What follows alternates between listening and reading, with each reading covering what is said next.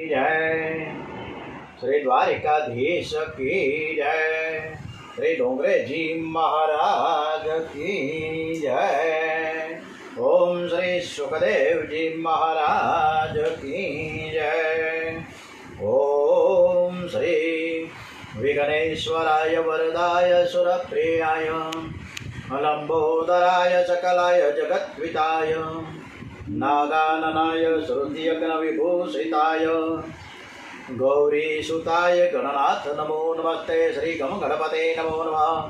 श्री हनुमान जी महाराज की जय, श्री रामचंद्र भगवान की जय, श्री गायत्री मात की जय, ओम श्री सोमनाथ महादेव की जय, ओम श्री भारत माता की जय, वंदे वेद मातरम। आज 23 जुलाई बुधवार अषाढ़ वद 14 है, આવતીકાલે અમાસ। આજની કથા આપણે શ્રી કૃષ્ણ પરમાત્માને સમર્પિત કરીએ એવા ભાવ સાથે શ્રીમદ ભાગવત રસામૃત ડોંગરેજી મહારાજ સુખદેવજી મહારાજના ચરણોમાં વંદન સાથે યુધિષ્ઠિરના રાજસુ યજ્ઞમાં દ્વારિકાનાથ પ્રત્યક્ષ બિરાજતા હતા, પણ ભગવાન એવી લીલા કરે છે કે તેઓ ઈશ્વર છે, પ્રભુ છે, પરમાત્મા છે એવું કોઈ જાણી ન જાય। હંમેશા સ્વરૂપ એનું છુપાવી રાખતા, કોઈને ખબર જ ન પડવા દે। હાવ નાનકડું સ્વરૂપ બાલકૃષ્ણ હતો, જશોદામાને પણ ખબર પડવા નહોતી દીધી, એને એમ જ ખબર પડતી હતી કે આ તો મારો દીકરો છે, પોતે સ્વયં ભગવાન છે એવું જશોદામાને પણ ખબર નથી પડવા દીધી। તો યુધિષ્ઠિરને ક્યાંથી ખબર પડવા દે? ધર્મરાજાને કહેતા કે મોટા ભાઈ, આવો યજ્ઞ તો તમે જ કરી શકો, તમારા યજ્ઞમાં લાખો મહાત્માઓ સાધુઓ ગરીબો જમે છે, ધન્ય છે તમને। આવો યજ્ઞ કોઈએ કર્યો નથી ને ભવિષ્યમાં પણ કરશે નહીં। આ યજ્ઞમાં બ્રાહ્મણોને જમાડવાનું પુણ્ય તમને મળશે, પણ પતરાળા ઉઠાવવાની જવાબદારી હું લઈશ, એ સેવા હું કરીશ, દરેકના પતરાળા હું જ ઉઠાવીશ। શ્રી કૃષ્ણ હલકામાં હલકો કામ પતરાળા ઉઠાવવાનું કામ કરતા હતા। શ્રી કૃષ્ણ સર્વથી શ્રેષ્ઠ છે, અને જ્યારે પતરાળા ઉઠાવવાની વાત આવે છે ને ત્યારે એક વાત યાદ આવી કે જ્ઞાની જૈલસિંહ રાષ્ટ્રપતિ હતા ત્યારે એક વખત એક દિવસ માટે એને સેવા લીધી હતી, ત્યાં ગુરુદ્વારામાં અમૃતસરમાં જલિયાવાલા બાગની બાજુમાં સુવર્ણ મંદિરમાં। અને તે બધા જ જે દર્શનાર્થી આવે એના બૂટ ને ચંપલ પોતે હાથમાં લઈ અને જે તે ખાનામાં મૂકતા હતા। આ સેવા એને બહુ સરસ રીતે રાષ્ટ્રપતિ હોવા છતાં પણ કરી છે। એટલે આ રીતના પ્રભુ પરમાત્મા પણ પરમેશ્વર હોવા છતાં પણ એક હલકામાં હલકો એટલે કે પતરાળા ઉઠાવવાનું કામની એક સેવા સામેથી માંગી। શ્રી કૃષ્ણને એટલે જ કહી શકાય કે એમને અભિમાનનો સ્પર્શ નથી। ભગવાન એવી લીલા, આપણે ક્યારેક કોઈ પણ પ્રસંગમાં જઈએ, હવે તો પંગત જ બંધ થઈ ગઈ એટલે પ્રશ્ન જ નથી, તો પંગતમાં આપણે એમ કે તમે શાક પીરસજો, તો કે એ મારું કામ નહીં, હું શાક ન પીરસું, કારણ કે નાનપ અનુભવે છે ને, આપણે બધા નાનપ અનુભવે છે। ભગવાન એવી લીલા કરતા કે હું તમારા મામાનો દીકરો છું। ધર્મરાજા એવું સમજતા કે અમે મામા ફોઈના છીએ। શ્રી કૃષ્ણ પરમાત્મા છે તે ધર્મરાજા ભૂલી ગયા છે। ભગવાનને ગુપ્ત રહેવું બહુ જ ગમે, પ્રભુને જાહેર થવું બિલકુલ ગમતું નથી। આ માનવને જાહેર થયા વિના ગમતું નથી। થોડું સારું કામ કરે તો છાપામાં 2-4 વાર આપે। અમે વિષ્ણુ યાગ કરવાના છીએ, એના દર્શનનો લાભ લેવા માટે આપ બધા જ આમંત્રિત છો। માનવ સત્કર્મ થોડું કરે અને જાહેરાત બહુ કરે, ઢંઢેરા પીટે। આવું સુંદર જગત પ્રભુએ બનાવ્યું, પણ ભગવાને કોઈ ઠેકાણે એનું નામ નથી લખ્યું કે આ મેં બનાવ્યું છે। આજકાલના 2 માળના બંગલા સરસ મજાના માણસ બાંધે, પણ એમાં લખે મહેશ નિવાસ, પણ ક્યાંક શ્રી કૃષ્ણ કે રામ કુટીર કે ભગવાન નિવાસ બહુ જૂજ કેસમાં જોવા મળે। આજકાલના લોકોને નામ અને રૂપનો મોહ થાય છે. કેટલાકને તેઓ કૂટે હોય છે કે જ્યાં નવરાશ મળે કે પોતાનું નામ જ લેખા કરે. અરે ભગવાનનું નામ લખો. માનવનું નામ મિથ્યા છે. કેટલાક તો હાથ ઉપર લખે, ઓલા છૂંદડામાં, પહેલાં જે તે સમયે છૂંદડા કહેવાય ને, હા, તો એમ લખે ડાયબેન. અરે ભાઈ, ડાયબેનનો હાથ ક્યાંક કોઈ ઉપાડીને લઈ જવાનો છે. પણ આપણે બધા જ કાંઈ પણ ડોનેશન કરીએ, એમાં એક નાનકડી વાટકી, ઘણીવાર લાણીમાં આપણે જોઈએ ને, આટલી કમથી નાનકડી વાટકી કઈ ગઈ, હા, આ નાનકડી વાટકી, આની કિંમત 2 રૂપિયા કે 5 રૂપિયા ક્વિન્ટલ કેટલી હોય ખબર નહીં. હવે આ લાણીમાં હોય એટલે અહીંયા લખે પાછળ, અહીંયા પાછળ લખાવે મહેશભાઈ અમૃતલાલ ભગવાનજી વજેરામ જોશી ગોંડલ, તારીખ 23/7/2025. આમ કરીને બધાને આપે. આટલું બધું લખાવેલા. સત્કર્મની જાહેરાત ન કરો. કસ્તુરને ઉગાડી રાખો તો ઉડી જશે. પુણ્યની જાહેરાત થાય તો પુણ્યનો નાશ થાય છે. પરંતુ આપણે એ કાંઈ જોવું કાઢવું નથી, બસ લેખા જ કરો. અને 11,111 રૂપિયા અમે આપીએ, પણ અમારી તકતી હોવી જોઈએ, બધાને દેખાય એમ લખવામાં આવે. અને આખી પેઢીના નામ લખાવી નાખે 11,111 રૂપિયામાં. તો ઇતિ સપ્તમ સ્કંદ સમાપ્તમ. શ્રીમન્નારાયણ નારાયણ નારાયણ, શ્રીમન્નારાયણ નારાયણ નારાયણ, ભજમન નારાયણ નારાયણ નારાયણ, ભજમન નારાયણ નારાયણ નારાયણ. ઓમ નમો ભગવતે વાસુદેવાય. અષ્ટમ સ્કંદ. હજી તો માહિતમથી હમણાં જ ચાલુ કરી કથા. તા તો ધીમે ધીમે 7 સ્કંદ આપણે પૂરા કરી નાખ્યા. આપણે અષ્ટમ સ્કંદ ઉપર ગજેન્દ્ર મોક્ષની કથા તરફ વળીએ છીએ. करारविन्देन पदारविन्दं, मुखारविन्दे विनवेशयन्तं, वटस्य पत्रस्य पुटेशयान्नं, बालं मुकुन्दं મનસા સ્મરામી. આ હસ્તકમળથી, હાથના, નાનું બાળક 6 મહિનાનું હોય, હસ્તકમળ તેના હાથથી એ જે સૂતું હોય, આમ ચતું સૂતું હોય બાળક, એ એના હાથથી, એના હસ્તકમળથી, ચરણ કમળ એટલે પગને, જમણો પગ એ ખેંચે જમણા હાથથી, અને એ જમણો પગ મોઢામાં મૂકે. આવી આપણે ઘણીવાર જોયું છે. નાના નાના બાળકોને આ રીતના કરતા જોયા છે.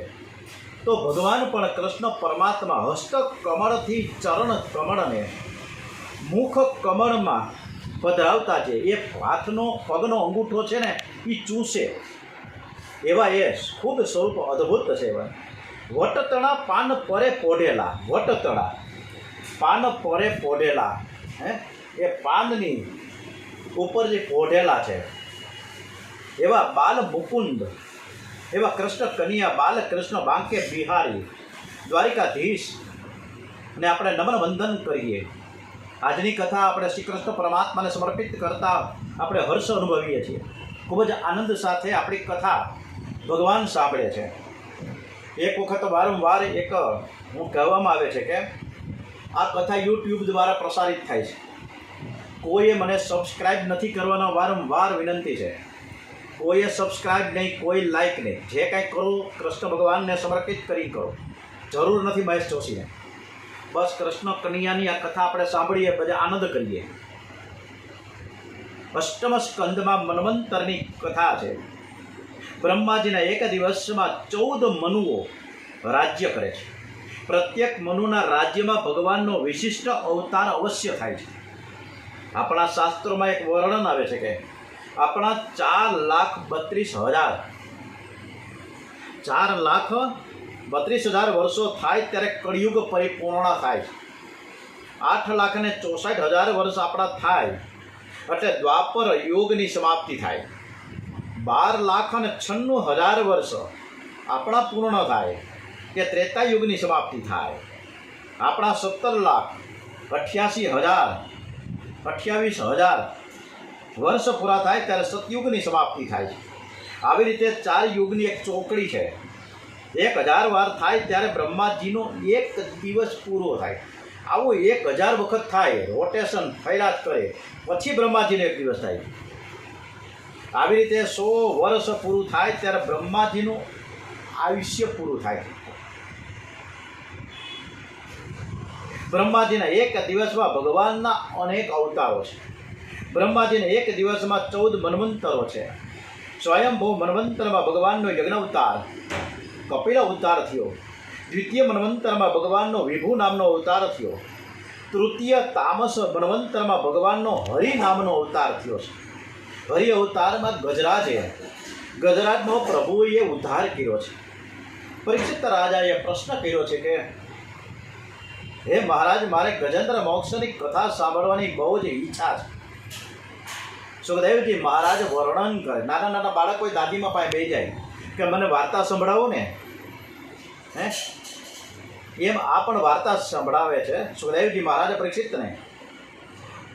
ત્રિકુટાચલ પર્વતમાં અતિશય બળવાન એવો એક હાથી હતો. જંગલનો રાજા હતો. એના મસ્તકમાંથી મધ ઝરતો અને મધની વાસ છે ને ચારે બાજુ પ્રસરતી, એટલે વાઘ, સિંહ, વરુણ આ બધા ગભરાઈ જતા. અનેક હાથણીઓનો એ ધણી હતો. એકવાર બહુ ગરમી પડીને ત્યારે હાથણીઓને લઈ, બચ્ચાઓને લઈ, મિત્રોને લઈ, દોસ્તારોને, ભાઈબંધોને લઈને, બધા જ સગાવાલા લઈને આ હાથી ગજેન્દ્ર સરોવરમાં જળ ક્રીડા કરવા ગયો છે. ત્યારે સરોવરમાં રહેલો એક મગર આવ્યો. ઘણા બધા મગર હતા, પણ એક મગર આવી અને તેણે ગજેન્દ્ર હાથીનો પગ પકડ્યો. મગરની પકડમાંથી છૂટવાના ગજેન્દ્ર હાથીએ ઘણા બધા પ્રયત્નો કર્યા, પણ સફળતા ન મળી. જળમાં મગરનું જોર બહુ જ વધી જાય છે. હાથી એ થડચર પ્રાણી છે.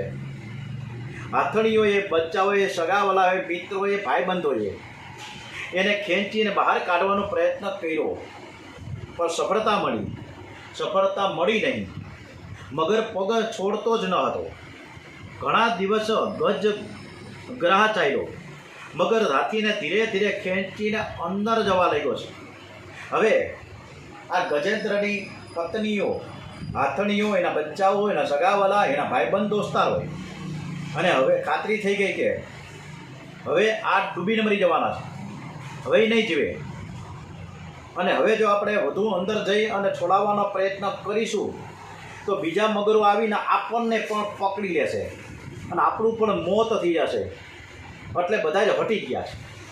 બધા દૂર જતા રહ્યા. હાથી એકલો રહી ગયો. મોટા કુટુંબનો ધણી હતો, પણ કોઈ સાથમાં ન રહ્યું.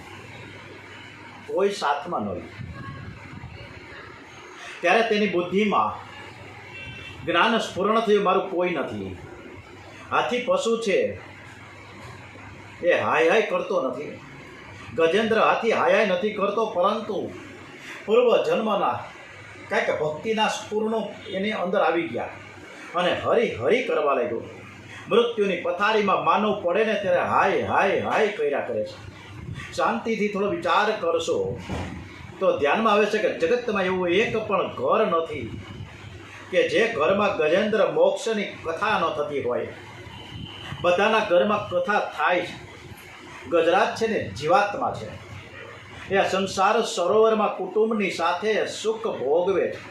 આ માનવ જે ઘરમાં સુખ ભોગવે છે તે ઘરમાં તેનો કાળ પણ બેઠો છે. માનવ ગાફેલ થાય છે, કાળ સાવધાન થાય છે. કાળ એના પગને પકડે છે. પગની શક્તિ એકદમ ઓછી થઈ જાય તો સમજવું કે આપણું મરણ હવે સમીપમાં છે. કાળ છે ને પગને પકડે છે પહેલાં. અંતકાળમાં જે સાવધાન રહે છે તેનું મરણ સુધરે છે, અને જે ગાફેલ છે તેનું મરણ બગડે છે. ગજેન્દ્રને જ્ઞાન થયું છે. આગલા જન્મમાં તે જે મહામંત્રનો જપ કરતા હતા એ મહામંત્ર તેના આ જન્મમાં યાદ આવ્યો છે.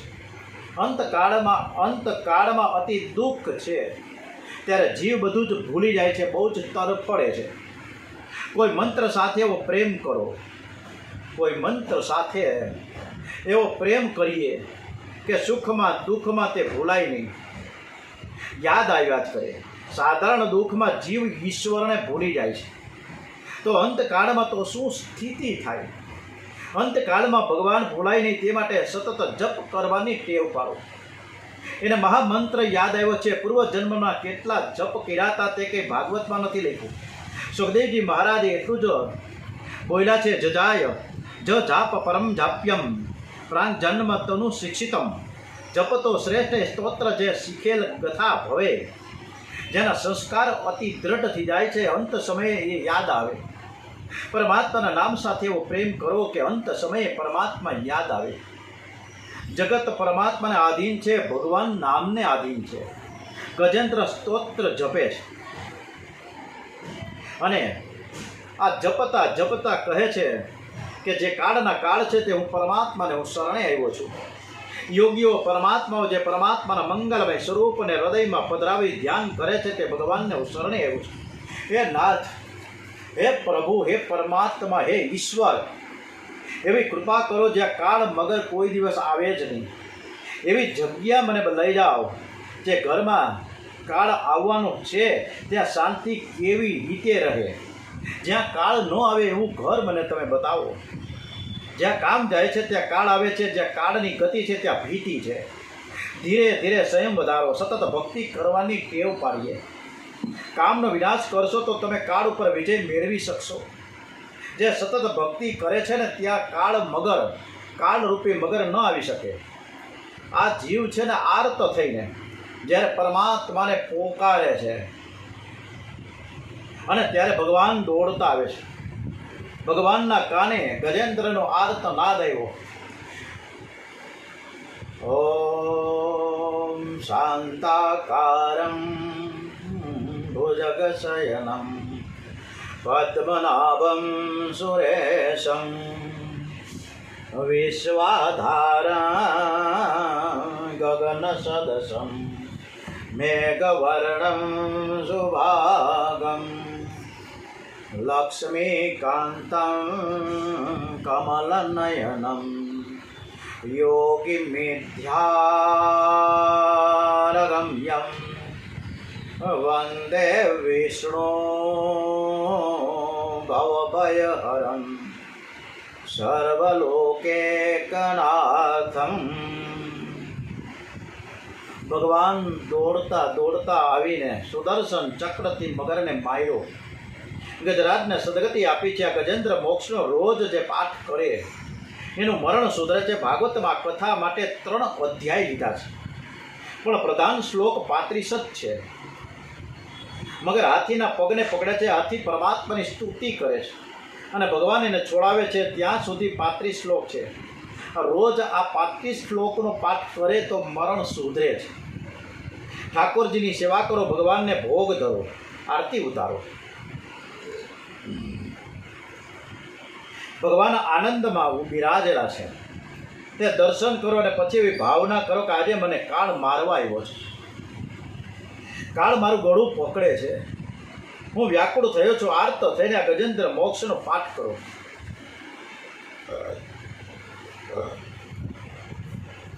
ગજેન્દ્ર મોક્ષનો પાઠ કરનાર અંતકાળમાં કદાચ ભગવાનને ભૂલી જાય, પણ ભગવાન ભૂલતા નથી. પરમાત્માનું સ્મરણ રાખે છે, એનું મરણ મંગલમય થાય છે. હવે સુખદેવજી મહારાજ હરિ અને હર એક જ છે એની એક કથા સરસ મજાની પરીક્ષિત રાજાને કહે છે કે એકવાર ઇન્દ્ર રાજાને રસ્તામાં દુર્વાસા ઋષિના દર્શન થયા. પોતાના ગળામાં ફૂલની માળા હતી, તે ઉતારીને ઋષિએ ઇન્દ્રદેવને આપી. અતિ સંપત્તિમાં જીવ ભાન ભૂલે છે. કોઈ સાધુ સંત તમને ફળ આપે, ફૂલ આપે, માથે ચડાવજો. તમારું લેવાની ઈચ્છાથી તે આપતા નથી. તમારું કલ્યાણ થાય તે ભાવનાથી આવે છે. દુર્વાસા ઋષિએ પ્રેમથી તે માળા ઇન્દ્રને આપી, પણ ઇન્દ્ર રાજાએ આની કદર ન કરી. ઇન્દ્રદેવે તે માળા હાથીના મસ્તક ઉપર ફેંકી દીધી. હાથી સૂંઢથી તે માળા ઉતારીને પગ તળે કચડવા લાગ્યો છે. દુર્વાસા ઋષિને ઠીક ન લાગ્યું. સંપત્તિમાં જે ભાન ભૂલે છે તે દરિદ્રી થાય છે, ત્યારે તેની અક્કલ ઠેકાણે આવે છે.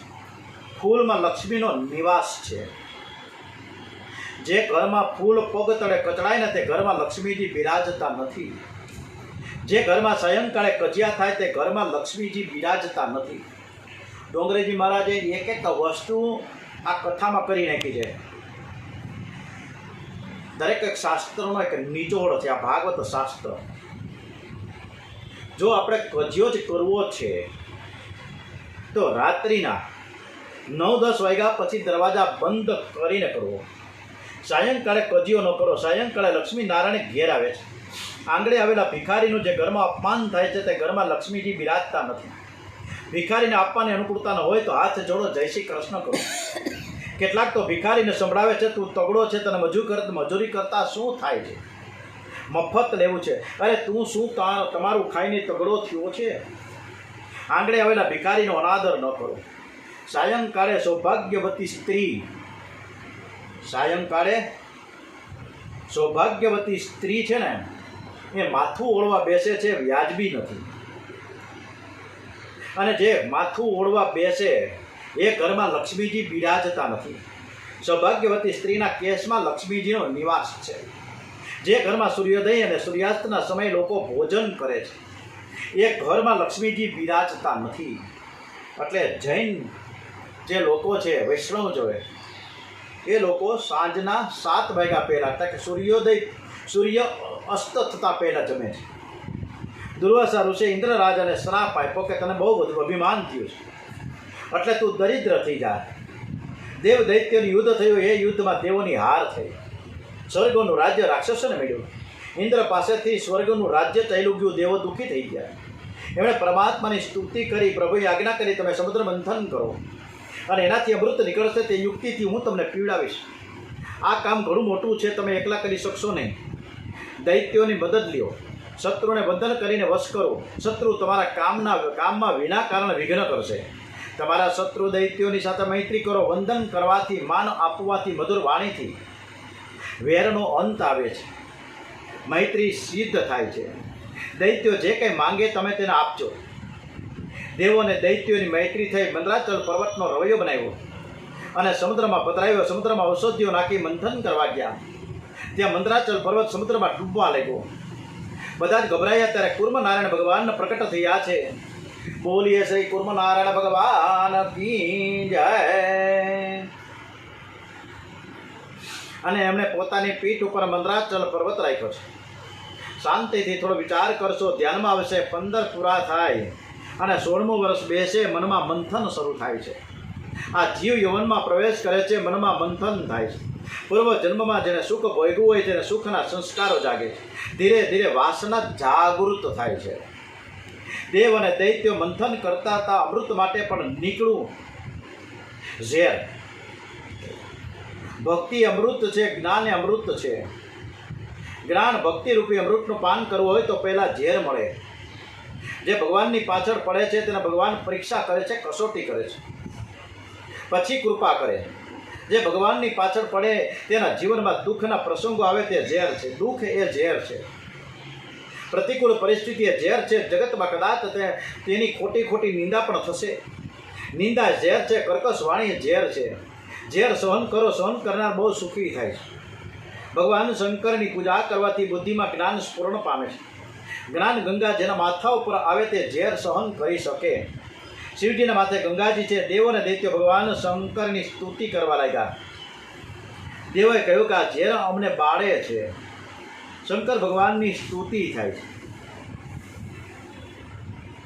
વંદે દેવમુમાપતિ સુરગુરમ વંદે જગત્કારણમ વંદે પન્નગભૂષણમ મૃગધરમ વંદે પશૂનાં પદિં વંદે સૂર્યશશાંકવહિનયનં વંદે મુકુન્દપ્રિયાં વંદે ભક્તજનાશ્રયં ચ વરદં વંદે શિવં શંકરં શિવજીએ પાર્વતીજીને કહ્યું કે આ બધા જ મને ઝેર પીવાનું કહે છે. પાર્વતીજીએ કહ્યું કે પરોપકાર સારો, પણ પરોપકાર શા કામનો કે જેમાં આપણો વિનાશ થાય. શિવજીએ કહ્યું કે મને જે થવાનું હોય તે ભલે થાય, આ લોકો તો સુખી થશે ને. ભગવાન શંકર પધાર્યા છે. રામ નામનો જપ કરતા કરતા શિવજી મહારાજ ઝેર પી ગયા. શંકર દાદાએ ઝેર પેટમાં ન ઉતાર્યું, ગળામાં રોકી રાખ્યું. જ્ઞાની મહાર પુરુષો હૃદયમાં ભગવાનના દર્શન કરતા નામ અમૃતથી ભગવાનની સતત પૂજા કરે છે. શિવજીની ભાવના છે મારા હૃદયમાં નારાયણ છે, મારે ઝેર પેટમાં નથી ઉતારવું. જેના પેટમાં ઝેર છે તે ભક્તિ કરી ન શકે.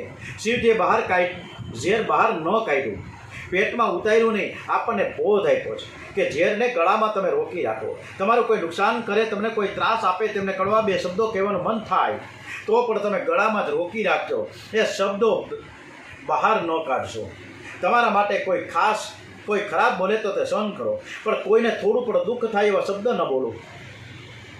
કોઈને મેણું મારવા માટે આ જીભ નથી, કોઈની નિંદા કરવા માટે આ જીભ નથી. ઝેર બહાર ન કાઢશો, પેટમાં પણ ન ઉતારશો. પેટમાં ઝેર રાખે તેનું જીવન બગડે. યસ્માન દ્વિજતે લોકો લોકાત્રો દ્વિજતે ચ યહ. જે કોઈને ઉદ્વેગ કરતા નથી, જે કોઈનો ઉદ્વેગ કરતા નથી અને કોઈને ઉદ્વેગ ન થાય તેની કાળજી રાખે છે, એને અમૃત મળે છે. આંખમાં વેર ઝેર રાખશો નહીં, પ્રેમ રાખો. શિવજી મહારાજે ઝેરને ગળામાં રોકી રાખ્યું, તેથી તેનો કંઠ નીલો થઈ ગયો. અને દેવો અને ગંધર્વો શિવજી મહારાજનો જય જયકાર કરવા લાગે. બોલીએ શ્રી નીલકંઠ મહાદેવ કી જય. ઓમ. હવે પછી સમુદ્ર મંથનમાં શું નીકળશે ખબર નથી, શું થશે એ ખબર નથી. એ કથા આપણે આવતીકાલે કરીશું સરસ મજાની, અને આપણને ખબર પડશે કે હવે શું થશે. આ મંથન થતાં કોના ભાગમાં શું આવશે એ આપણે આવતીકાલે જાણીશું. ઓમ શ્રી કૃષ્ણ કનૈયા લાલ કી જય. શ્રી બાલકૃષ્ણ લાલ કી જય. શ્રી દ્વારિકાધીશ કી જય. ડોંગરેજી મહારાજ કી જય. ઓમ શ્રી ગણપતિ મહારાજ કી જય. હનુમાનજી મહારાજ કી જય. ઓમ શ્રી રામચંદ્ર ભગવાન કી જય. શ્રી ગાયત્રી માત કી જય. ઓમ વંદે વેદ માતરમમાં, વંદે વેદ માતરમમાં. ભારત માતા કી જય. ઓમ નમઃ પાર્વતી પતે હર હર હર હર મહાદેવ. ઓમ નમો ભાગવત ભગવાન.